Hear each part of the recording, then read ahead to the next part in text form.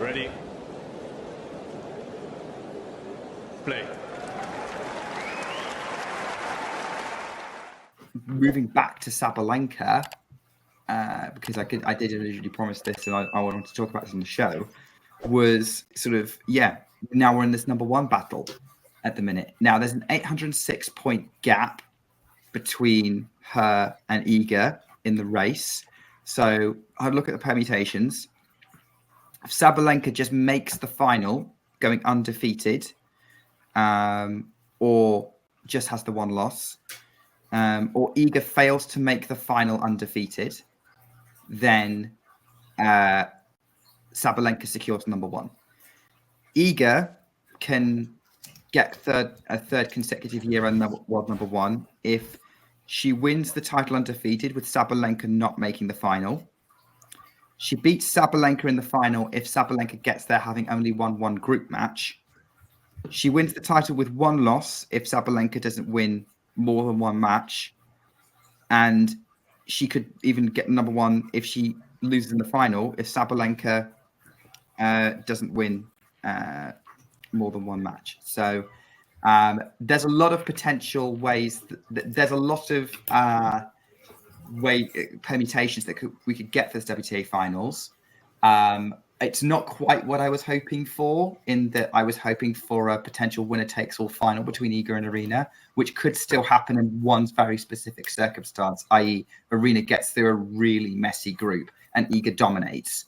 But yeah, I don't know whether, having read all those out, and maybe I'll start with Jack on this one, because I know you like your stats, whether the permutations are kind of making you feel that maybe one of it's kind of a bit of an uphill battle for Iga to get a third consecutive number one year end. Well, I think it's going to be tough because of the stats, or what do you mean? Sorry. Yeah, kind of the probability outcomes, really. Right. Okay. Yeah. Yeah. I mean, you listed so many different scenarios. There's a lot happening here. The one that did stick out, to be fair, was Iga's could get number one if they both make the final, which I'm expecting them to both make the final, because I think they've been the two clear favourites, and Sabalenka has a messy group. Yeah, so basically he only wins one match in the group, but it's one of those groups where like three people only win one match, or everyone wins one match. So to be honest, I think it's more likely going to be the other way around. The Iga has a bit more of a messy group, and Sabalenka's probably a little bit more plain sailing. The kind of conditions probably fall more in Sabalenka's favour. So I think everything's kind of making me lean towards it's going to be a Sabalenka world number one finish. It doesn't sound like it's promising for Iga. She could still win. I would expect Sabalenka to be the favourite, but she could still win. But I do think Sabalenka will match and get the number one spot. What happens next if they both make the final? There's been a messy group, and then for Sabalenka, and then Iga wins. Would that still mean Sabalenka's number one? So basically, Sabalenka would get 200 points for winning a group match, and then an additional 400 from winning the semi, which give her total 600. If Iga makes it through undefeated, it's a winner-takes-all final. Right.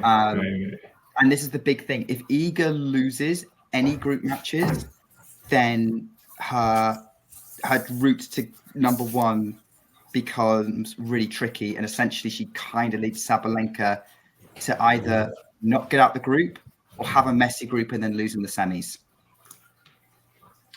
I mean, anything can happen in the WTA finals, to be fair.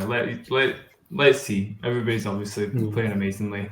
I do still want to stress that, though. They have been the two favourites, and there's not really a set of players that would terrify me for Sabalenka to play. I do think she's got the upper hand on pretty much all of them. Iga, on the other hand, actually, now I'm saying this, a matchup with Pegula would kind of make me think, she's in a little bit of danger there.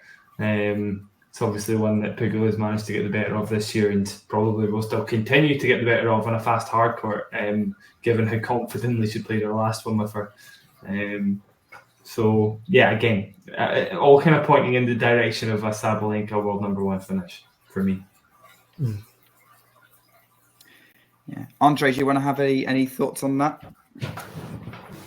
I mean, I think I would agree like with everything. Like I feel like, especially going on like on fast courts, Swiatek has obviously dominated all that's clay and all that's low. When it's coming to, it started separating a little bit more when it's becoming fast, and like some other players are like trying to like take their games to those surfaces now, especially since Swiatek has been so undefeated in that like in those lower surfaces. Like he's becoming more of like a separator, like the fast and the low courts. And yeah, I don't think it's impossible that Iga dominates. I think that it's not an impossibility. Like she's done things like that in the past.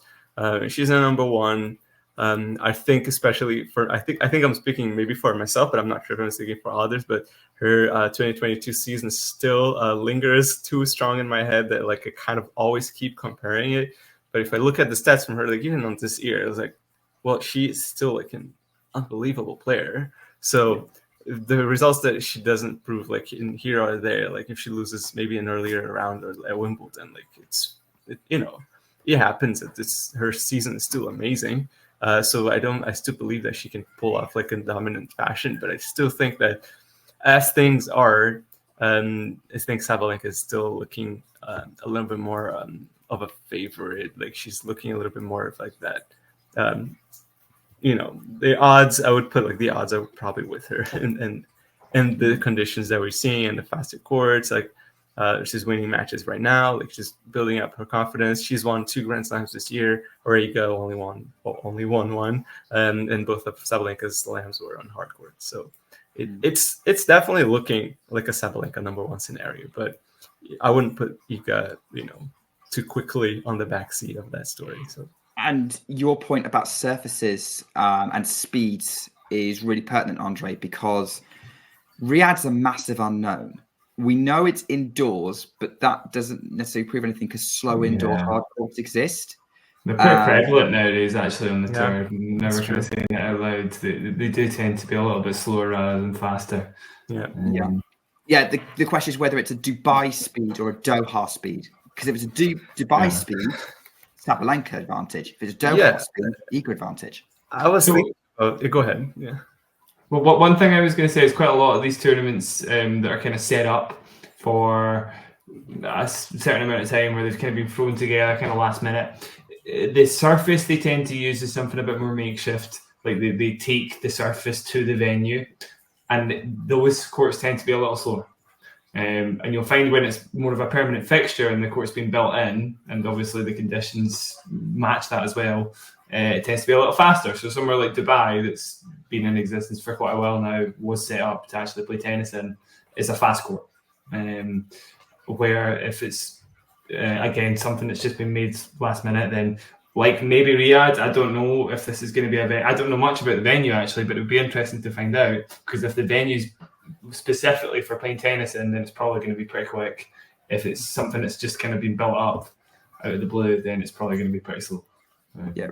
Riyadh, I don't know what the current venue is for or what they're going to use it year round, but I know it's going to be the venue for years to come. So the question is, so they're going to want it to be relatively usable? Still sometimes it doesn't tell us too much, because they this all may still have happened within the last kind of year, and we're talking everything's thrown together relatively quickly. It still could be over the course of a few years. We said that ATP finals, the O2, and even more so Turin, the surface is slick, and they definitely didn't use the O2 for tennis all year round. I don't know what they use the Turin Stadium for. Yeah, Turin too. Yeah, that's a good point actually. So yeah, it's not always the case, because the Turin's probably about as fast as it gets. Actually, it was getting a little bit silly at one point. There just wasn't any rallies. So yeah, that is a fair point. So who knows? I think it normally though, I suppose, Nick, looking at the other side of that, it's more guaranteed if it is specifically for tennis, then it is going to be fast. And maybe there's a little bit of a discrepancy sometimes when it's just been thrown together. We'll see though. We'll just see what happens. It'll be pretty clear once Sabalenka hits that first serve, and it's 120 miles an hour or it's like 110 miles an hour. Then we'll know. Yeah, we'll find out. I guess what makes it, one reason why I'm talking about it now, and like I'll probably be talking about it maybe not over the next couple of weeks, but generally when we start properly building up to WTA finals, is I want this to be as much of a spectacle as possible for a finale. Like last year, we kind of got it with Iga and Aryna meeting in the semis, but then Iga had to win one more match to steal number one back from Aryna. And I don't know if we'll get that set up again. I think that relies on one of them having a scrappy group. For number one to be possible, it needs to be Aryna who has the scrappy one. But that was pointed out in the comments on the last show when I said we haven't had a 1v2 WTA finals showdown in a final. And that semi-final did happen, but it was Iga still needs to get that one more extra win, but it was a significant moment. But I guess for me, what matters more is, we've got all these permutations that I've listed, and even I've now forgotten what they all were. But I just want this to be as much of a cool spectacle as possible to cap off what's been a pretty epic WTA season. I guess, Andre, if you want to comment on any of those points that Jack or I have made, go for it.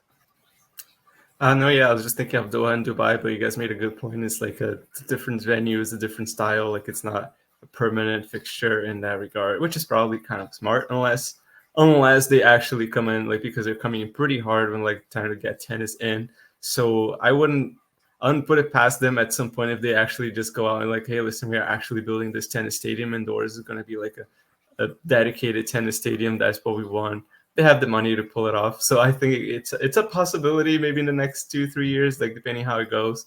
But yeah, it's interesting looking at those 1-2 players. Like they're definitely the ones to watch. They're definitely deservedly 1 and 2. Who's going to be 1 and 2 at the end of the year is a different question. But also expecting to see a really, really good challenge from all the players in the draw, like the all 8 players. It's not all of them have had like stellar seasons all the time, but they all got there because they deserved it, because they did something great to be in the top 8 rankings. Or Krejcikova is going to be like the Grand Slam entry, but still Wimbledon win. It's Wimbledon, right? So I'm definitely looking forward to seeing this, and hopefully they get a finals that the WTA deserve. It's been a great tour for many, many, many years now. So yeah. If you enjoyed this video, make sure you hit that like button. Don't forget to subscribe and click that notification bell so you don't miss out on all things tennis.